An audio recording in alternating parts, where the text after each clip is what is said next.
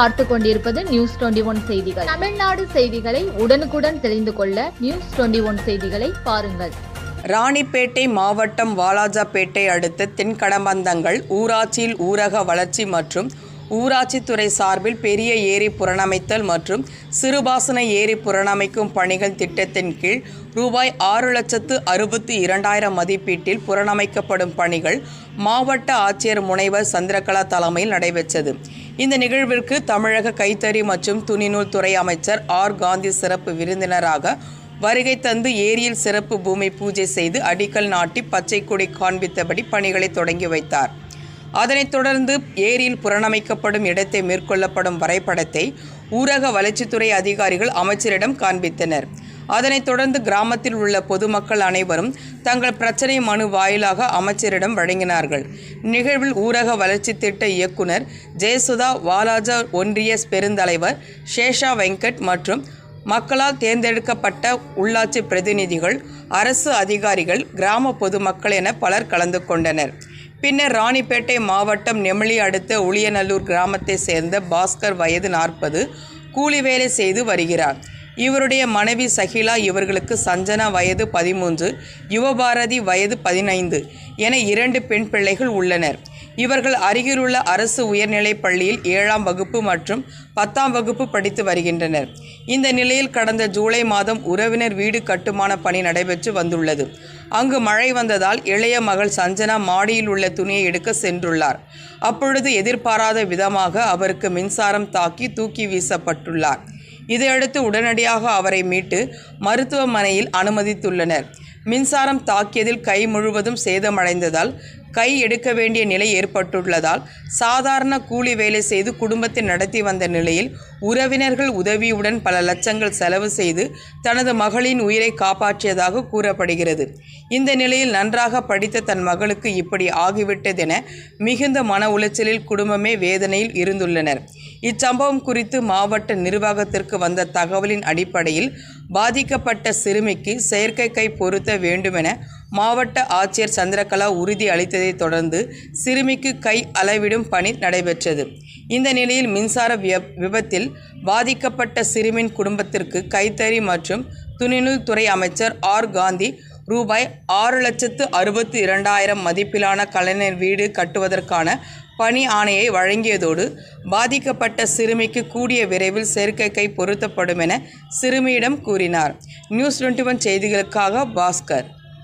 கள்ளக்குறிச்சி மாவட்டம் சின்னசேலத்தில் சிறுமலர் மேல்நிலைப்பள்ளி, Idhaya nursery primary school, சிறுமலர் தொடக்கப்பள்ளியில் தமிழ்நாடு அரசு வழங்கும் நலத்திட்டங்கள் அனைத்தும் மாணவ மாணவிகளுக்கு முழுமையாக வழங்கப்படும். 1ஆம் வகுப்பு முதல் 8ஆம் வகுப்பு வரை தமிழ் வழி கல்வி முற்றிலும் இலவசம்.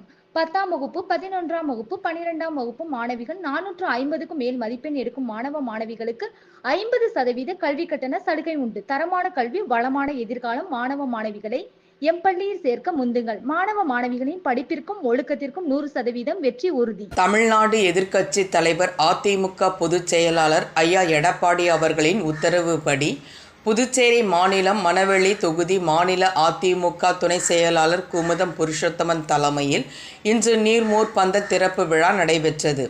இந்த நிகழ்ச்சியில் மாநில செயலாளர் அன்பழகன், மாநில இணை செயலாளர் திருநாவுக்கரசு, கிருஷ்ணமூர்த்தி, மாநில பொருளாளர் ரவி பாண்டுரங்கன், தொழிற்சங்க தொழிலாளர் பாப்புசாமி, மாநில துணை செயலாளர் நாகமணி, காந்தி கழக பொதுக்குழு உறுப்பினர் சிவராமராஜா, இளைஞர் இளம்பெண் பாசறை செயலாளர் தமிழ்வேந்தன், மாநில விவசாய அணி தலைவர் பார்த்தசாரதி, மாநில எம்ஜிஆர் மன்ற செயலாளர் பார்த்தசாரதி, தொகுதி நிர்வாகிகள் ஜானகிராமன், தர்மேந்திரன், கார்த்திகேயன், பலராமன், சத்யா, சிவசங்கரன், முனுசாமி, மதன்மணி, தயாளன், சஞ்சய் மற்றும் கட்சி நிர்வாகிகள் திரளாக கலந்து கொண்டு பொதுமக்களுக்கு கூழ் மற்றும் பதநீர், இளநீர், பழ வகைகள் வழங்கினார்கள்.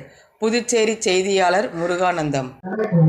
நாங்கள் கடலூர் மாவட்டத்தில் பண்ருட்டி வட்டத்தில் கீழ்மாம்பட்டுன்ற கிராமத்திலேருந்து பேசுகிறோம். 3 ஆண்டுகளாக பலா திருவிழா நடக்குது. இந்த ஆண்டு மிக சிறப்பாக நடந்துட்டு இருக்குது. இது முக்கியமான நிறைய விஐபிஸ், திரு தணிகாச்சலம் போன்றவர்கள்லாம் வந்திருக்கிறாங்க. இந்த பண்ருட்டியில் விளையிற பலாப்பழத்தை இதை இன்டர்நேஷனல் லெவலில் மார்க்கெட்டிங் பண்ணணும் அப்படின்றது எங்களுடைய நோக்கம். இப்போ பலாப்பழத்தை எல்லாருக்குமே பார்த்தா வாங்கி திங்க பிடிக்கும். ஆனால் இது அரிஞ்சு சாப்பிட்றது கஷ்டமான விஷயம். இதே ஒரு 10 சொலையை ஒரு பேக்கெட்டில் போட்டு ஸ்வீட் விற்கிற மாதிரி கொடுத்தாங்கனாக்கா நல்லா போகும். அதே போல் இதில் நிறைய ப்ராப்பர்ட்டிஸ் இருக்குது. பகோடா போடுவாங்க, ஐஸ்கிரீம் தயார் பண்ணுறாங்க, இன்னும் நிறைய இன்க்ரீடியன்ட்லாம் இருக்குது. இதில் மெயினானது பார்த்தீங்கன்னா ஒயின் தான். இதை வந்து புளிக்க வச்சு இப்போ ஒயினாக பண்ணி கொடுத்தோம்னாக்கா அதில் நல்ல எஃபெக்டாக இருக்குது, நல்ல எனர்ஜெட்டிக்காகவும் இருக்கும். இது வருஷம் பூரா வச்சு சாப்பிடலாம். இதை வந்து நாங்கள் ஸ்டார் ஹோட்டல் இந்த மாதிரி விஷயங்கள்ல ஹை லெவலில் கொண்டு போகிறதுக்கு தான் இந்த ப்ரோக்ராம் கண்டக்ட் பண்ணுறோம். 3 வருஷம் பண்ணியிருக்கிறோம், நல்ல ரிசல்ட் இருக்குது. இந்த வருஷம் நல்ல ரிசல்ட் நாங்கள் எதிர்பார்க்குறோம். Okay, thank you. கடலூர் மாவட்டம் பண்ருட்டி வட்டம் கீழ்மாம்பட்டு நாளோடை பலாந்தோப்பில் இப்பொழுது பலா திருவிழா 3ஆம் ஆண்டு நடைபெற்றுக் கொண்டிருக்கிறது. இந்த நிகழ்வு பண்ருட்டி பலா மேம்பாட்டு குழு தமிழ்நாடு இயற்கை வேளாண்மை இயக்கம் ஒருங்கிணைக்கிறது. ஏன் இந்த நிகழ்வு அப்படின்னா, நம்முடைய பண்ருட்டி பலாவினுடைய சிறப்பை சொல்வதற்காகவும், குறிப்பாக நாட்டு ரக கன்றுகள், விதை கன்றுகளினுடைய சிறப்பையும் முக்கியத்துவத்தையும் அவசியத்தையும் சொல்வதற்காக இந்த நிகழ்வு. என்ன இந்த நாட்டுக்கண்ணில் இருக்கு அப்படின்னா, நாம வந்து நம்மளோட சொல்லியிருக்காரு, விதைகளே பேராயுதம். அதாவது ஒரு விதையிலிருந்து ஒரு கன்றுகளை வந்தாதான் அதை நம்ம அடுத்த தலைமுறைக்கு விதையா கொடுக்க முடியும், அதாவது அதனுடைய பண்புகளோட கொடுக்க முடியும். அப்ப இந்த விதை கன்றுகள் இருந்தாதான் நம்ம அடுத்த தலைமுறைக்கு இந்த விதை போய் சேரும். ஒண்ணு. ரெண்டாவது, இந்த விதை கன்றுல நமக்கு பொருளாதாரமா காய் பழமாகவும் வருது. ரெண்டாவது, மர வேலைப்பாட்டுக்கு ஆகுது.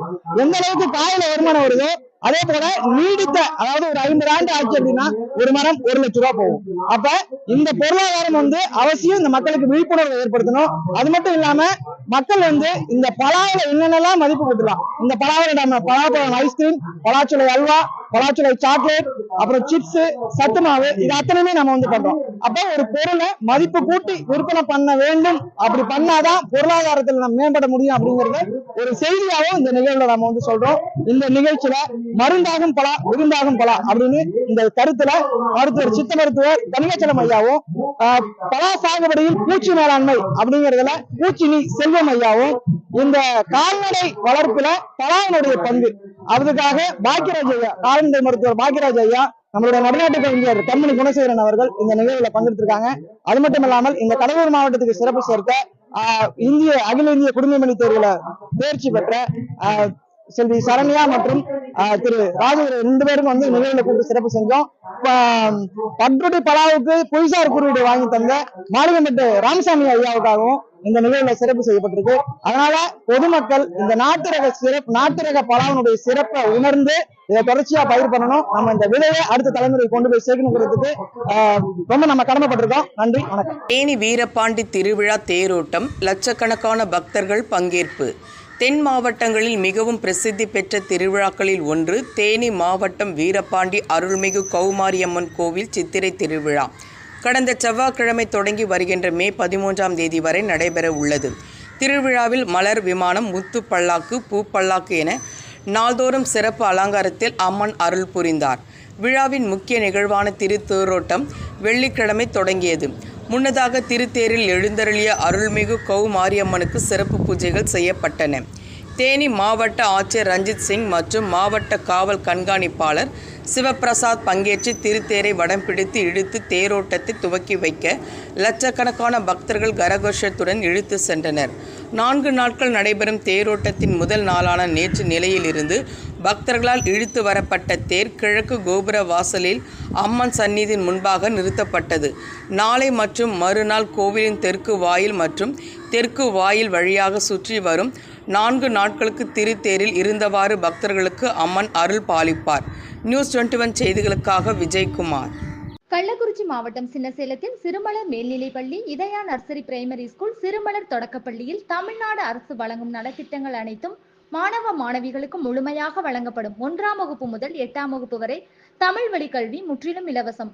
10ஆம் வகுப்பு, 11ஆம் வகுப்பு, 12ஆம் வகுப்பு மாணவிகள் 450க்கும் மேல் மதிப்பெண் எடுக்கும் மாணவ மாணவிகளுக்கு 50% கல்வி கட்டண சலுகை உண்டு. தரமான கல்வி, வளமான எதிர்காலம். மாணவ மாணவிகளை எம்பள்ளியில் சேர்க்க முந்துங்கள். மாணவ மாணவிகளின் படிப்பிற்கும் ஒழுக்கத்திற்கும் 100% வெற்றி உறுதி. கடலூர் மாவட்டம் நெய்வேலி உட்கோட்டம் காவல்துறை வாராந்திர காவத்து நெய்வேலி வட்டம் 18 செக்யூரிட்டி திடலில் நடைபெற்றது. காவத்து பயிற்சியில் கழக கூட்டத்தை கட்டுப்படுத்துவதற்கான காவத்து பயிற்சி கடலூர் மாவட்ட காவல் கண்காணிப்பாளர் எஸ். ஜெயக்குமார் IPS அவர்கள் பார்வையிட்டார். காவல்துறை வஜ்ர வாகனம் மூலம் கண்ணீர் புகை குண்டு வெடிக்கச் செய்தும் வருண் வாகனம் மூலம் தண்ணீர் பீச்சடித்து பயிற்சிகள் மேற்கொள்ளப்பட்டது. நெய்வேலி உட்கோட்ட காவல் அதிகாரிகள் மற்றும் காவலர்களுக்கு அறிவுரை வழங்கினர். நெய்வேலி துணை காவல் கண்காணிப்பாளர் ராதாகிருஷ்ணன், காவல் ஆய்வாளர்கள் வீரமணி, இளவழகி, பாண்டிசெல்வி, ஜெயலட்சுமி, உதவி ஆய்வாளர்கள், காவலர்கள் மற்றும் ஆயுதப்படை காவலர்கள் வாராந்திர காவத்தில் பங்கேற்றனர். நியூஸ் 21 செய்திகளுக்காக முருகானந்தம். கள்ளக்குறிச்சி மாவட்டம் சின்னசேலத்தில் சிறுமலர் மேல்நிலைப்பள்ளி, இதயா நர்சரி பிரைமரி ஸ்கூல், சிறுமலர் தொடக்கப்பள்ளியில் தமிழ்நாடு அரசு வழங்கும் நலத்திட்டங்கள் அனைத்தும் மாணவ மாணவிகளுக்கு முழுமையாக வழங்கப்படும். 1ஆம் வகுப்பு முதல் 8ஆம் வகுப்பு வரை தமிழ் வழி கல்வி முற்றிலும் இலவசம். 10ஆம் வகுப்பு, 11ஆம் வகுப்பு, 12ஆம் வகுப்பு மாணவிகள் 450க்கும் மேல் மதிப்பெண் எடுக்கும் மாணவ மாணவிகளுக்கு 50% கல்வி கட்டண சலுகை உண்டு. தரமான கல்வி, வளமான எதிர்காலம். மாணவ மாணவிகளை எம் பள்ளியில் சேர்க்க முந்துங்கள். மாணவ மாணவிகளின் படிப்பிற்கும் ஒழுக்கத்திற்கும் 100% வெற்றி உறுதி.